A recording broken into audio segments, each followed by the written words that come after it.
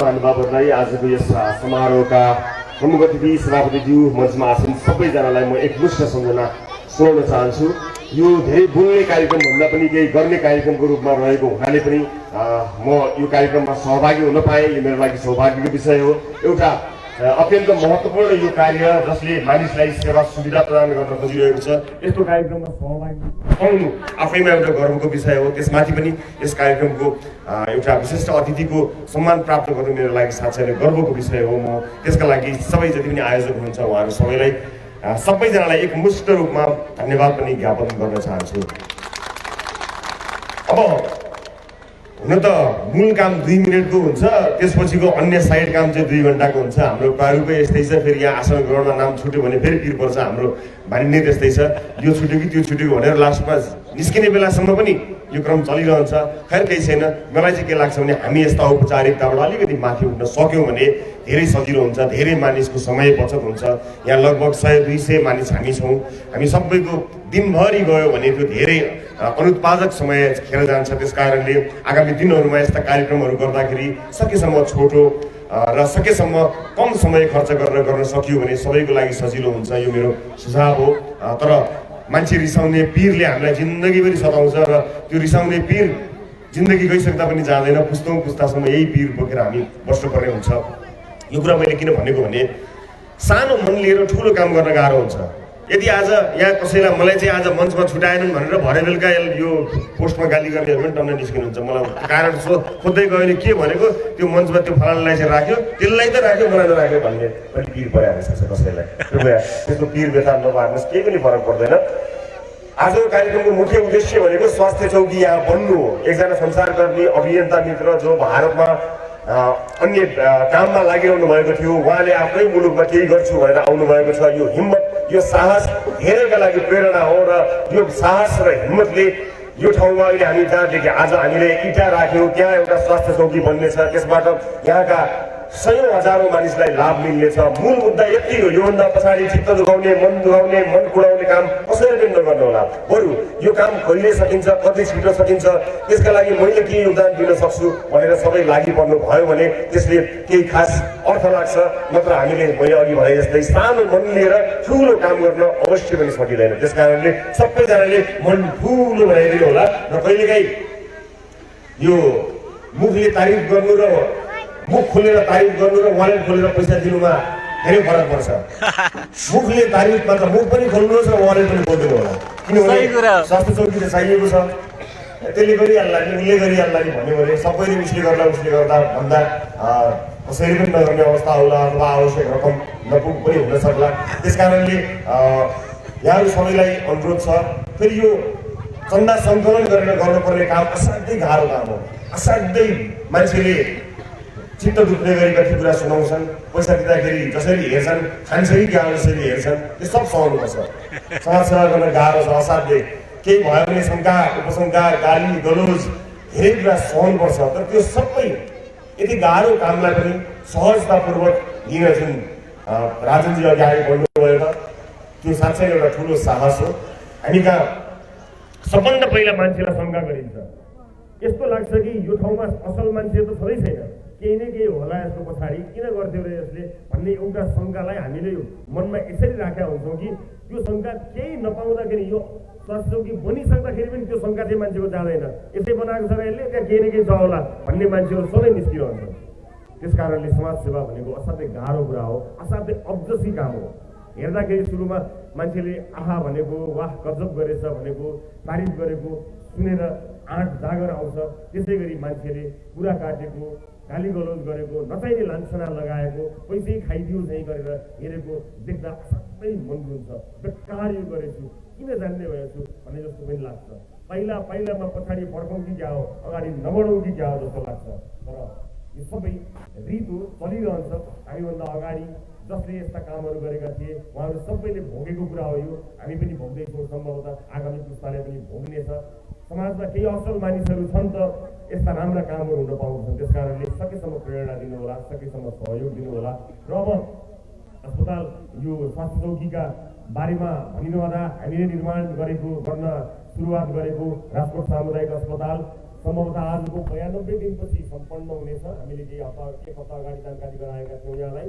अबको 92 दिनपछि अर्थात् चैत्र 15 गते हामी त्यो अस्पतालको उद्घाटन गर्नेछौँ, त्यसलाई हस्तान्तरण गर्ने मोडमा पुग्नेछौँ। र यो सुरुवात हुँदाखेरि म त्यही सपना देखिरहेको छु, जब यो सम्पन्न हुनेछ त्यसपछि धेरै मानिसले लाभ लिनुहुनेछ र चाँडोभन्दा चाँडो यो सम्पन्न होस्, यही भन्दैछु यो स्वास्थ्य चौकीको सन्दर्भमा। र अर्को यहाँ उपस्थित भइरहँदा हाम्रो स्थानीय सरकार पर्मानेन्ट गभर्मेन्ट जस्तै हो, सधैँका लागि स्थायी जस्तै हो।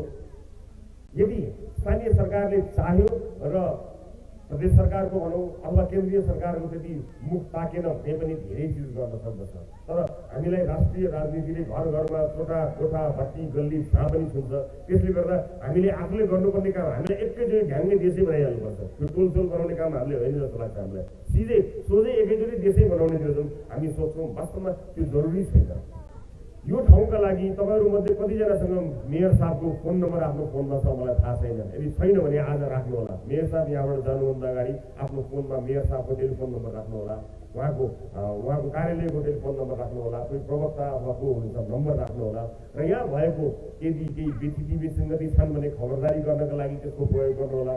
केही बनिरहेको छ भने त्यसमा गुणस्तरीय कार्य भएको छ कि छैन भनेर खबरदारी गरिरहनु होला। यहाँ भइरहेका बालबालिकाहरूको भविष्य कस्तो छ भन्ने कुरा यहाँको विद्यालयहरूको शिक्षाको गुणस्तरले तय गर्छ। हामीले त्यसको चिन्ता गर्न सक्यौँ, त्यसलाई यथेष्ट ध्यान दिन सक्यौँ भने ती बालबालिकाहरू जब ठुला हुनेछन्, जब उनीहरूले आवश्यक अत्यावश्यक र गुणस्तरीय शिक्षा प्राप्त गर्नेछन्, उनीहरूले यो ठाउँलाई स्वर्ग बनाउनेछन्। तर हामीले खालि भौतिक पूर्वाधारलाई मात्र लगानी मान्यौँ, भौतिक पूर्वाधारलाई मात्र विकास मान्यौँ भने यहाँ कुनै कृषि कर्म गर्नुभन्दा त्यो जमिनलाई प्लटमा बेचेर हाउसिङ बनाउन बढी फाइदा हुन्छ। र जब मान्छे बढी फाइदाका पछाडि लाग्छ, आफूभन्दा पछाडिको जुन पुस्ता छ त्यो पुस्ताको भविष्य अन्धकार पार्नतिर लाग्छ।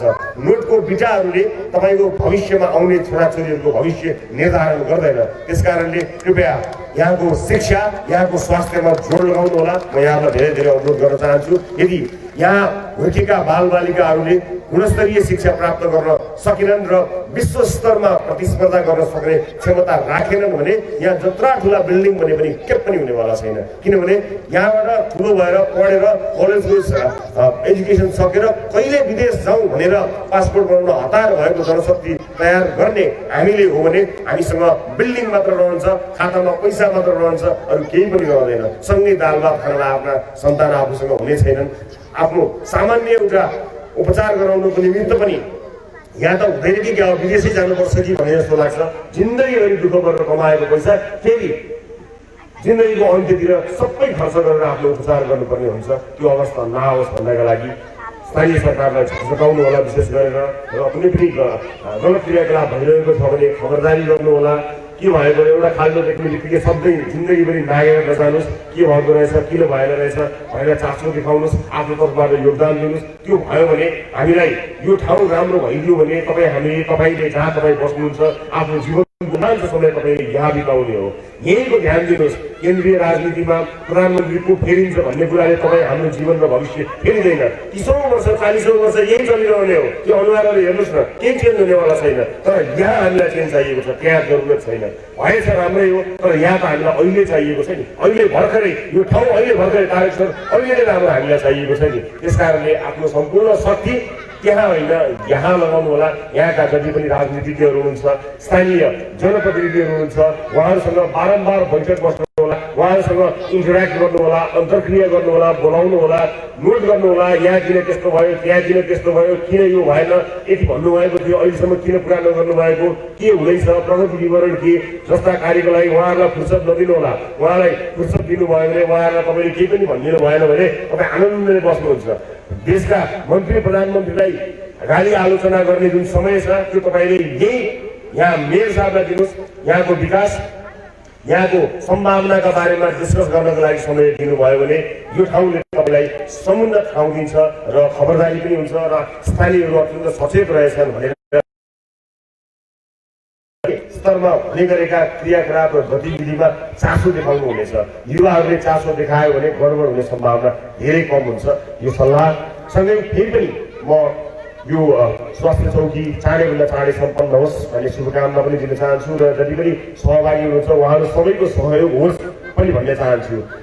अब यसलाई लिएर यदि मैले सञ्चारकर्मीका हैसियतले आफ्नो सञ्चार माध्यमबाट यसको प्रचार प्रसार र यसलाई आवश्यक सहयोग प्रदान गर्नुपर्ने समय आएको खण्डमा म पछि हट्ने छैन। म यसलाई त्यति नै भन्छु र आशा गर्दछु तपाईँहरूले त्यो जोस त्यो जागर मलाई दिनुहुनेछ। तपाईँहरूको पाइला कति अगाडि बढ्दो रहेछ हेर्छु, त्यसपछि म पनि आफ्नो पाइला बढाउनेछु। तपाईँहरू के गर्दो रहेछ यसले हेरौँ भनेर बस्नुभयो भने म पनि त्यसै गरी हेर्न बस्छु। हामी रवि दाइले सधैँ साथ दिनेछौँ। चलाउनुभयो भने तपाईँको पाइलाको चाल सँगसँगै म पनि आफ्नो पाइलाको चाल चाल्नेछु। बाँकी कुरा मलाई बेला बेलामा भइरहन्छ, राष्ट्रिय राजनीतिमा चासो देखाउने कुराहरू आइरहन्छन्, भइरहन्छन्, चलिरहन्छन्। तर म अझै पनि के भन्दछु भने जसले राजनीति गरेको छ उहाँहरूलाई होसियार हो भने अरू कसैले गरिरहनु पर्दैन। सबले आफ्नो काम गरिरहेको हुन्छ। जसले जे गरेको छ, जसले जे जानेको छ त्यही गरे हुन्छ। मेयर साहब यहाँ हुनुहुन्छ, यदि उहाँले यो ठाउँलाई सही गर्नुभयो भने उहाँलाई रिप्लेस गरेर उहाँलाई हटाएर कुनै कवि, कुनै कलाकार, कुनै पत्रकार, कुनै चित्रकार, कुनै पाइलट, कुनै डाक्टरले राजनीति गर्नु पर्दैन। उहाँले गर्ने हो, उहाँलाई ठिक गर्ने हो, उहाँलाई छोड्नुहुन्न, उहाँलाई समाउने हो, उहाँको कथाले समाउने हो। किनभने तपाईँहरूको भविष्य बनाउँछु भनेर भोट उहाँले लिनुभएको हामीले उहाँ ठिक गर्नुभयो, सब ठिक हुन्छ। त्यस कारणले सञ्चार माध्यममा नै आफ्नो भूमिका प्रभावकारी बनाउन खोजेको एउटै अर्थ, फेरि भाग्न खोजेको होइन। भइगरी आयो त जो पनि तयार हुन्छन् आफ्नो मुलुकका लागि, भइगरी आयो भने उस्तै पऱ्यो, युद्ध भयो, लडाइँ लड्न त तयार हुनुपर्छ। राजनीति पनि ठुलो कुरा हो, त्यसको कुनै चिन्ता छैन। तर जसले म गर्छु भनेर बाचा गरेको छ, जसले म यो ठाउँको मुहार फेरिदिन्छु भनेर भोट लिएको छ, उहाँलाई आनन्दले सुत्न दिन पाइन्छ? पाइँदैन। त्यस कारणले उहाँलाई जिम्मेवार बनाउँ। तर मैले यो भनेर उहाँको मूल्याङ्कन अथवा उहाँको आलोचना गरेको होइन। थप जिम्मेवार बनाउँ भन्न खोजेको हो, अथवा अझ उहाँले भनेको प्रतिबद्धताहरूलाई चेक गरौँ, पब्लिक अडिटमा राखौँ। उहाँलाई मात्र होइन, जति पनि वडा अध्यक्षज्यूहरू हुनुहुन्छ त्यो वडाका लागि त, तपाईँका लागि त त्यो वडा सही हुनु पऱ्यो नि। किनभने आफ्नो जीवनको महत्त्वपूर्ण समय त्यही वडा, त्यही टोलमा तपाईँ बिताउनुहुन्छ। त्यस कारणले उहाँहरूलाई जिम्मेवार बनाउँ। जसले बाचा कसम खाएर कागजमै छापेर मैले जितेँ भने यो गरिदिन्छु, यो गर्छु भन्नुभएको छ, त्यो कहाँ गयो? त्यतिखेरको पर्चा खोज्नु पऱ्यो। खाटमुनि राख्नु भएको छ कि सन्दुकभित्र हाल्नु भएको छ कि त्यहाँ के लेखेको थियो, अथवा मोबाइलमा फोटो खिचेर पछि काम लागेला भनेर राख्नु भएको छ कि छैन भने कुन प्रेसले छापेको गएर फेरि एउटा कपी ल्याउ त भाइ भनेर हेर्नु पऱ्यो, पढ्नु पऱ्यो, सोध्नु पऱ्यो, फोन नम्बर राख्नु पऱ्यो र भन्नु पऱ्यो। यसो भन्नुभएको थियो, यसो भएन नि, किन, कहाँ जानुभयो, निधाउनुभयो कि क्या हो, यो भन्ने काम हामीले गऱ्यौँ भने धेरै फरक पर्छ, धेरै फरक पर्छ। म तपाईँलाई बताउँछु। त्यस कारणले यही अस्पताललाई पनि अब स्थानीय सरकारले पक्कै पनि सहयोग गर्छ भन्ने विश्वास लिएको छु। किनभने कहिलेकाहीँ यो आन्तरिक राजनीतिले समाज सेवा भन्ने चिजलाई हुनै दिँदैन। अब यहाँ भन्ने पिरले यसलाई हुन नदिने मान्छेहरूलाई यति टाउको दुख्छ, यति टाउको दुख्छ कि यति बाधा अडचन हालिदिन सक्छन् कि उसले पऱ्यो भने राति आएर भत्काइदिन पनि सक्छन् मान्छेहरू। त्यस्तो किसिमको नेगेटिभ भाइब पनि हाम्रै समाजभित्र छ। यस कारणले यसका विरुद्ध लड्न त्यो अस्पताल या स्वास्थ्य चौकी बनाउन बरु सजिलो होला। तर यहाँ अलिकति भाग नपाएर चित्त दुखाएर खुस्स परेको मान्छे मनाउनको लागि प्राण जान्छ, तर त्यो मान्छे मान्दैन। बरु यो स्वास्थ्य चौकी सजिलै भन्छ, उसको अनुहारमा हाँसो ल्याउन सकिँदैन। यसका बावजुद पनि यहाँलाई जसरी स्थानीय सरकारले सहयोग गरेको छ, मेयर साहब यहाँ हुनुहुन्छ, उहाँको उपस्थिति भनेको प्रतिबद्धता पनि हो। म उहाँ उभिएर उहाँले पूजा गर्नुभएको हो। यो अब उहाँको चिन्ताको विषय हो। यो एक अभियन्ताको सुरुवात मात्र हो। त्यो इँटा उहाँले हाल्नुभएको अन्तिम छानो पनि उहाँले हाल्नुहुनेछ। यो प्रतिबद्धता उहाँलाई उहाँ सक्नुहुन्छ, गर्नुहुन्छ, सबैले उहाँलाई सहयोग गरौँ। र यसरी हामीले काम गरिरहँदा स्थानीय तवरमा विभिन्न बाधा अवरोध, प्रशासनिक बाधा अवरोध आउँछन्। आएन भने पनि कहिलेकाहीँ क्रिएट गरेर यसो यहाँबाट एउटा सानो चिज हालिदिएपछि अड्काउन सकिन्छ भनेर अड्काउन पनि पछि लाग्छन् मान्छेहरू। कसैलाई त अब हाम्रो राजनजीले अलिकति लोकप्रियता हासिल गरिहाल्नुहुन्छ यत्रो भइसकेपछि अब उहाँको लाइकै धेरै आए पनि पिर पर्छ कतिलाई त अब त्यही पिरले पनि नबल्न भन्ने डर छ, हाम्रो स्वभाव हो। त्यस कारणले जसले केही गर्न खोजेको छ उसलाई सकेसम्म सहयोग गरौँ। केही पनि गर्न सकिन्न भने बाधा विरोध नगरेर सहयोग गरिदिनुहोस्। यदि यो प्रतिबद्धता तपाईँहरूले अहिले छातीमा हात राखेर तपाईँहरू सबैले गर्नुभयो कि कुनै पनि हालतमा यो स्वास्थ्य चौकीमा कुनै बाधा अडचन आउन दिने छैन, परेको खण्डमा यसलाई चाँडै सम्पन्न गर्नको लागि म आफ्नो तर्फबाट तन मन धन दिन्छु भनेर छातीमा हात राखेर तपाईँले आफ्ना जन्मदाता र आफूले जन्माएका सन्तान सम्झेर कसम खानुभयो भने यो सजिलै बन्छ, नत्र बहुत धेरै बाधा अर्चन हुन्छ। म आशा गर्दछु तपाईँहरूले यो मैले अलिकति आफूले काम गर्दा भोगेको अनुभव सही सुनाएको यो कुरालाई मनन गर्नुहुनेछ र एकदम छोटो बोल्ला भन्ने सोचेको बोल्दा बोल्दा तपाईँले ताली बजाइदिनु, त्यसमा धेरै बोलिहालेछु। धेरै ताली पनि नबजाउनु होला, यो ताली पनि लामो हुँदैन। भन्न खोजेको छोटो र हुन गएको लामो मन्तव्य म लगभग यही टुङ्ग्याउन चाहन्छु र यो सँगसँगै अन्य विभिन्न निर्धारित अन्य कार्यक्रमहरू थिए, अन्य हाम्रा योजनाहरू थिए, त्यसका लागि जानु पनि पर्ने भएको हुनाले अब हामी त आगन्तुक हौँ, हामी त पाहुना हौँ, हामी त आएर हेरेर यस्तो भएछ उस्तो भएछ भनेर भनिदिने मात्र हो, गर्ने तपाईँले हो। र अहिलेबाट सुरु हुन्छ हाम्रो साथ सल्लाह सुझाव सञ्चारकर्मीका हिसाबले र म सम्बद्ध सञ्चार माध्यमका तर्फबाट आफूले गर्नुपर्ने सल्लाह, आफूले गर्नुपर्ने सहयोग र चाल्नुपर्ने कदमका लागि प्रतिबद्ध छु भन्ने वचन दिँदै म यहाँबाट बिदा पनि चाहन्छु र आफ्नो कुरा सके हिँड्दो नभन्नु होला, मेरो भाषा नै त्यही थियो। म 1 बजी आउँछु, मलाई 10-15 मिनट मात्र उपस्थित हुने समय दिनु होला। म औपचारिक भाषणको कार्यक्रम भन्दा पनि जे गरेर त्यही गरेर जान्छु नि भनेर भनेको थिएँ। अनि होइन अलिकति बोल्ने कार्यक्रम छ, तपाईँ आफ्नो समय लिएर जानु होला भनेर भन्नुभएको हुनाले मैले जति भन्ने त्यति गर्ने, जति बोल्ने त्यति बोल्ने, जति बोल्ने त्यति गर्ने भावनाले अहिले यहाँबाट पनि र यो ठाउँबाट पनि बिदा चाहन्छु र चाँडै नै यसलाई सम्पन्न भएको दिन यदि म समयले साथ दिएछ, यहीँ भएछु, काठमाडौँमै भएछु अथवा हामी भइरहनु पर्ने हुन्छ, त्यो समय जुरेछ भने यो सौभाग्य मैले फेरि प्राप्त गर्नेछु भन्ने आशा गर्दछु। यहाँहरू सबैलाई धेरै धेरै धन्यवाद, यो कार्यक्रमको शुभकामना। र अब उहाँहरूले वडाको फोन नसरी चेक गर्नु होला, फेरि त्यो फोन नम्बर राखेर आजको कसको नम्बर राखेको थियो मैले बुझिनँ हेरेर, किन भनेर फोन पनि गर्नु होला, उहाँहरूलाई आरामले सुत्न नदिनु होला। नमस्कार, धन्यवाद रवि दाइ। धन्यवाद वरिष्ठ पत्रकार। यति भएपछि पुगिहाल्यो नि। यसै गरी म जेडी ताम्राकारको साथमा यतिखेर हामी तारकेश्वर नगरपालिका वडा नम्बर 1 मा आएको थियौँ र हामीले यो ठाउँबाट चाहिँ हामीले सकेको समय यहाँ हामीले दियौँ र महान पत्रकार रवि लामिछाने तथा नागरिक समाजका महाअभियन्ता निगमलाई आउनु भएको थियो र सम्पूर्णलाई धेरै धेरै धन्यवाद दिन चाहन्छु, जो जति पनि आउनुभयो र हामी यो ठाउँमा कार्यक्रम भइ नै रहेको छ। सम्पूर्णलाई धेरै धेरै धन्यवाद दिन चाहन्छु। हाम्रो उर्मिला होइन, उर्मिला श्रेष्ठजी पनि आउनु भएको छ, उर्मिला श्रेष्ठजी, त्यसै गरी अरू साथीहरू पनि आउनु भएको छ। यस इलाकाको विकास निर्माण सम्बन्धीको विषयमा कुरा अघि जुन रवि लामिछानेले भन्नुभएको नगरपालिका कुरा ठिक हो, वडा नम्बर उहाँलाई झकझगाउने हाम्रो मेयर साहबलाई वडाध्यक्षलाई झकझगाउने हामी नै हो, हाम्रै मतबाट उहाँहरू निर्वाचित हुनुभएको हो। तसर्थ जुन यहाँका विकास निर्माण सम्बन्धी मलाई उहाँहरूलाई भन्दा पनि मलाई केही थाहा छ। म यहाँ यो स्थलमा चाहिँ यो अस्पतालको निर्माण हुन गइरहेको छ, तपाईँहरूलाई यो पनि म देखाउन चाहन्छु। र यहाँ यस स्थानको यस इलाकाको विकास निर्माण सम्बन्धी मलाई केही ज्ञान हुनु जरुरी छ, मलाई थाहा छ। यो बन्न लागेको हस्पिटलको ठाउँ यही हो। जुन बाटो उहाँ मेयर साहबबाट सिधै आउनुभएछ, उहाँले उनको भिडियो सबै देखिसक्नुभयो। जुन जग्गाको यो स्थान भनेको र त्यसै गरी हामी यो जुन बुलन्द आवाजले अभियान चलाएर जुन बनाउन लाग्नुभएको अस्पतालमा सम्पूर्णले साथ सहयोग गरिदिनुहुन्छ भन्ने पनि विश्वास गरेको छौँ र कार्यक्रम चलि नै रहन्छ। लाइभ पनि लामो भइसकेको छ र जतिले पनि हेरेर साथ दिनुभयो सम्पूर्णलाई धेरै धेरै धन्यवाद। जतिले पनि सेयर गरेर साथ दिनुभयो सबैजनालाई धेरै धेरै धन्यवाद।